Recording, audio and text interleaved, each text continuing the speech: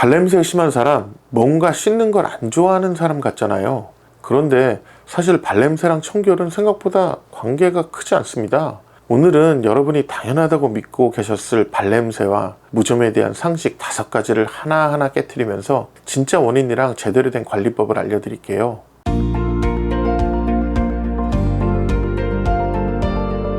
안녕하세요. 미국 캘리포니아 얼바인 장원호 발병원 원장 장원호입니다. 첫 번째 오해, 발냄새 심한 건 씻는 걸 게을리해서다. 이거 진짜 아닙니다. 하루에 2번씩 발을 씻으시는 분인데도 냄새가 심하신 분들 진료실에서 정말 많이 봐요. 발냄새의 정도는 사실 개인차가 커요.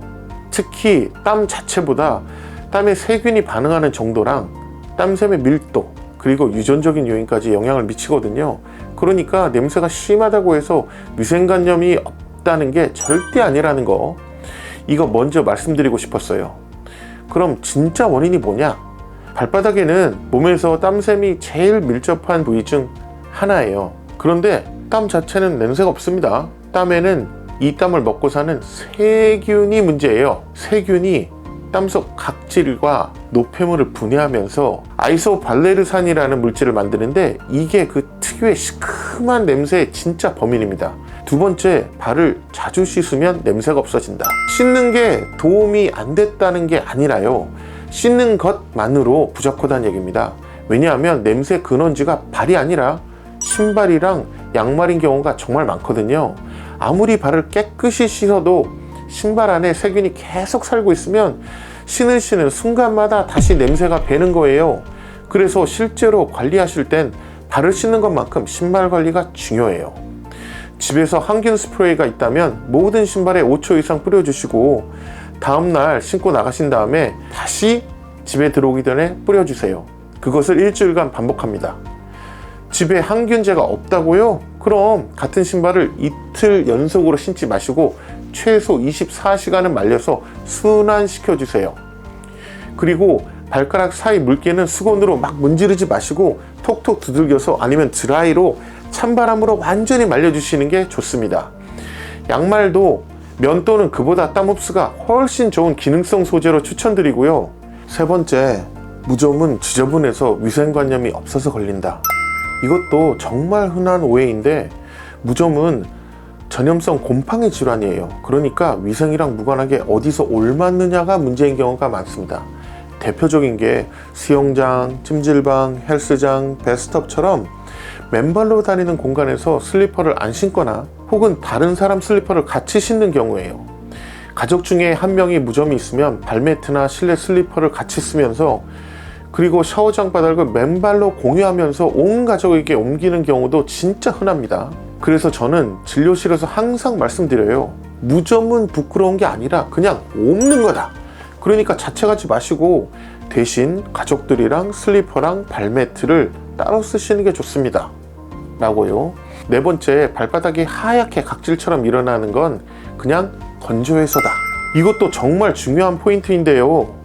발바닥 전체가 두껍고 하얗게 일어나는 증상, 이거 단순 건조가 아니라 각화형 무좀일 수 있습니다. 문제는 이걸 그냥 건조한 피부라고 생각하고 보습제만 바르거나, 심한 경우 습진으로 오해를 해서 스테로이드 연고를 마구 바르시는 경우가 있어요. 그런데 스테로이드는 면역 반응을 억제하는 성분이다 보니까 오히려 무좀균한테는 번식 좋은 환경을 만들어줘서 증상이 확 심해지는 경우가 있습니다. 그래서 저는 발바닥이 두껍게 각질이 일어나면서 안 낫는 분께는 자가로 보습제나 연고 바르시기 전에 한 번은 정확한 진단을 받아보시라고 말씀드려요. 5번째, 무좀약은 가려움이랑 각질이 없어지면 안 발라도 된다. 이거 재발의 제일 큰 원인이에요. 증상이 없어졌다고 균이 완전히 없어진 게 아니거든요. 그래서 재발하는 겁니다. 특히 시중 항진균 연고, 즉 톨비나핀이나 클로트리마졸 같은 성분, 그런 증상이 좋아진 후에도 21일에서 24일을 더 발라 주어야 재발을 막을 수 있어요. 진피에 감염된 무좀균이 각질로 떨어져 나가는 그 기간이 21일에서 24일이거든요. 보통 24일 정도 발라도 증상이 안 좋아지면 그때는 병원에 오셔서 정확한 처방을 받으시는 게 맞고요. 발톱 무좀은 더 오래 걸려요. 발톱이 다 자라 나오는 데만 6개월에서 1년 정도 걸리기 때문에 바르는 약만으로는 잘 낫지 않는 경우가 많고요. 먹는 약이 필요한 경우, 그리고 레이저 치료가 필요한 경우 각각 있습니다. APMA, 즉 미국 족부 전문의 학회에서는 먹는 약, 바르는 약, 레이저 치료, 그리고 갈가내는 치료 4가지를 동시에 받을 것을 추천하고 있습니다. 발톱이 노랗게 뜨거나 두꺼워지고 부스러진다면 이것 또한 발톱 무좀을 의심하셔야 해요. 그러면 언제 병원에 와야 할까요? 시중 항진균제를 24일 이상 꾸준히 사용했는데도 좋아지지 않는다면 정확한 진단을 받아보시는 것이 좋습니다. 발톱 색이 변할 때, 짓무른 부위에 짓물이나 붓기, 열감이 있을 때 세균 감염이 함께 생겼을 가능성이 있습니다. 특히 당뇨가 있으신 분들 작은 감염도 크게 번질 수 있기 때문에 자가 치료만 하지 마시고 꼭 진료를 받으시길 권해드립니다. 그리고 한 가지 더 말씀드리면 무좀으로 생각하고 치료했는데 계속 낫지 않는 경우가 있습니다. 이런 경우에는 홍색 음선, 에리트리에스마라고 하는 세균 감염일 수 있습니다. 이 에리트리에스마는 무좀과 겉모습이 매우 비슷하지만 항생제를 쓰는 등 치료법이 전혀 다르기 때문에 항진균제를 오래 사용하는 것도 호전이 없다면 정확한 진단을 받아보시는 것이 중요합니다. 오늘 5가지 오해 다 뭐였는지 정리 다시 해볼게요.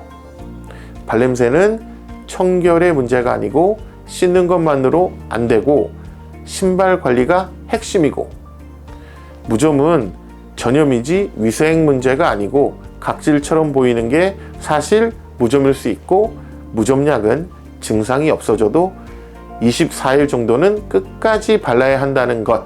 다음 편에서는 좀 다른 이야기를 해드릴게요.